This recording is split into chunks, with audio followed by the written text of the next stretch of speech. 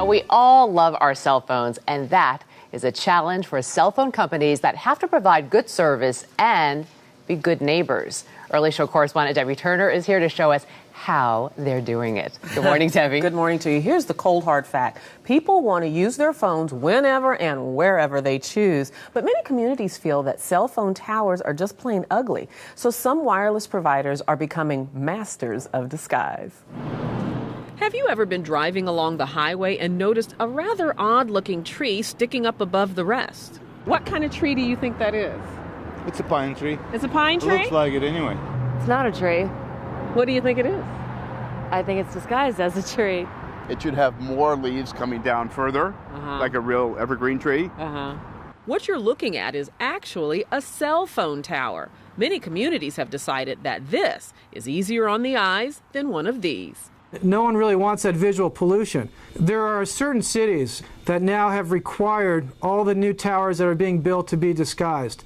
Andrew Messing is the president of LARSON Camouflage, a company that builds cell phone towers in a wide variety of disguises, from palm trees to water towers to flagpoles. This is one of our saguaro cacti that's going up to the Phoenix area, and the antennas are concealed inside. They're extremely realistic. People drive by them all the time and they think they're real cacti. Cell antennas are also being hidden inside all kinds of architecture, like clock towers and fake chimneys. The site very much dictates how the tower will be disguised. We've done some grain silos in the Midwest because it would look funny to have a 150-foot tall pine tree. And every antenna comes with electrical equipment, which also must be hidden. In this Colorado site, it's encased in a man-made boulder. And in Arlington, Virginia, this house has the neighborhood fooled.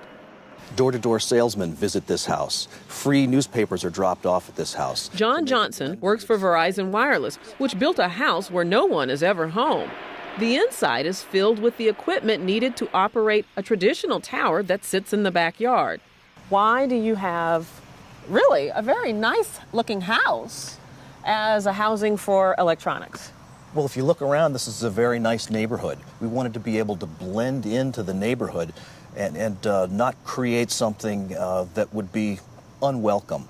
But disguises are expensive. A tree like this can cost as much as $120,000, 4 times the price of a metal tower.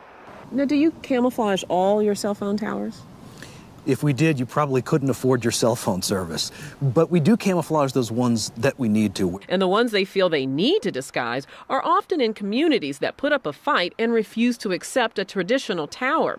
Of the approximately 200,000 cell antenna sites in the U.S., only about a fourth are camouflaged or hidden. Here we're at the tennis stadium, and we've disguised our cell site to look very much like one of the light poles that illuminates the stadium here. But for many churches, the wireless problem is a blessing. This Washington congregation receives more than $1,000 a month to allow antennas to operate in their steeple. It's sort of serendipity that we came to have this, and so I think a lot of churches would like to have it.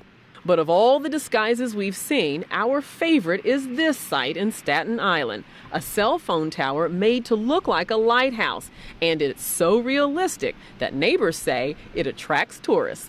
They do take photos, have people that do come up, they look at it. The only giveaway is that it's miles from the ocean. It's much nicer than what it could be. I mean, would you like that instead of antennas just showing up? Oh, it's beautiful. It's outright beautiful. And you guys, you know what? With text messaging and video streaming on the rise, wireless companies will continue to be very busy building more towers. And if they do it the way they hope to do it, you won't even notice them. So is it only the new towers that are going up that look so pretty? It's not like they're taking old existing. Yes, they're not retrofitting older ones. Usually they're putting up towers in communities, neighborhoods, national parks where people don't want to see a big metal pole, so they're disguised. But they want their service. But they want their service, right? It's sort of the catch-22. All right, Debbie Turner, thanks so much.